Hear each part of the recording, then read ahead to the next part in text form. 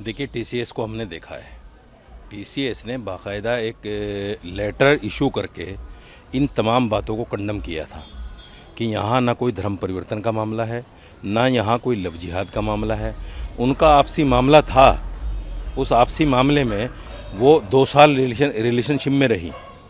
सवाल सबसे बड़ा ये है कि लड़की जब तक रिलेशनशिप में रहती है, जब तक बिल्कुल खामोश रहती है, क्योंकि उसको खर्चा पानी सब मिलता है। जिस दिन मामला खर्चे पानी से ख़त्म हुआ, उस दिन वो रेप केस लगा देती है।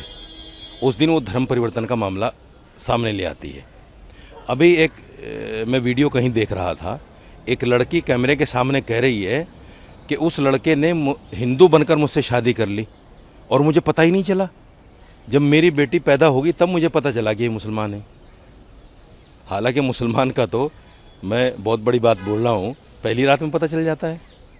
ज़्यादा खुल के बोलने की ज़रूरत नहीं है।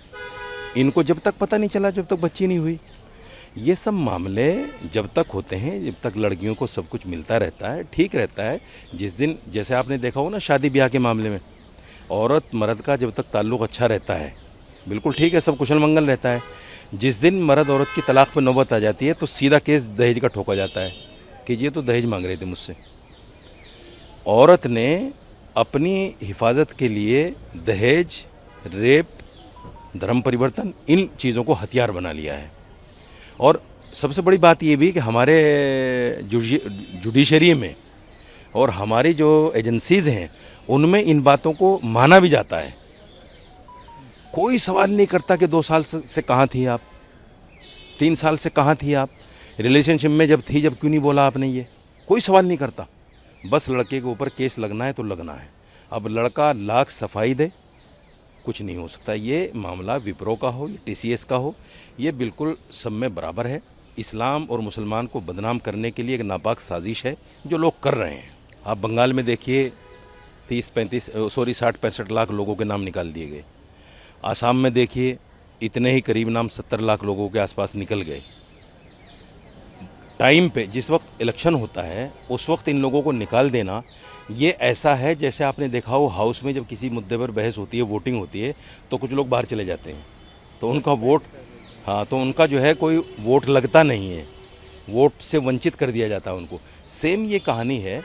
वो घुसपैठिए नहीं है, वो देश विरोधी गतिविधियों में लिप्त नहीं है, लेकिन ऐसे टाइम पर अलग कर दिया जाता है वोट देने की ताकत से, जब उनके वोट की ज़रूरत होती है किसी भी दूसरी पार्टी को।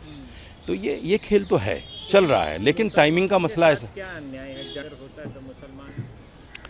देखिए, जनगणना होता है। आप एक बात बताइए, मेरे घर में अगर 6 सदस्य हैं, उनमें से 4 का नाम आ जाए और 2 के नाम पर कागजात में कमी बता दी जाए, क्या कहेंगे आप इसको?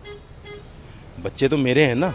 अगर मेरे 6 बच्चे हैं तो 4 तो कह रहे हैं जी आपके हैं, इन 2 का सबूत दोगे ये आपके बच्चे हैं। जबकि बच्चा भी चीख के कह रहा है कि मैं इनका बच्चा हूँ, पड़ोसी भी कह रहा है ये इनका बच्चा है, वो कागज़ मांग रहे हैं। ये कौन सी बात हो गई भाई? आपने देखा होगा असम में फॉर्मर राष्ट्रपति हमारे, उनके ख़ानदान के कुछ लोगों को बाहर कर दिया था। आर्मी में जिस आदमी ने अपनी पूरी 30 साल की ज़िंदगी लगाई, रिटायर्ड हो गया, उसको बाहर निकाल दिया, उसके घर के लोगों को बाहर निकाल दिया। तो ये कुछ अन्याय तो है, जिसको सरकार को भी देखना पड़ेगा। ये ऐसा क्यों हो रहा है, नहीं करना चाहिए। सिर्फ अपनी वोट की ताकत को लेकर किसी आदमी को बेघर कर देना, मैं समझता हूँ ये ठीक नहीं।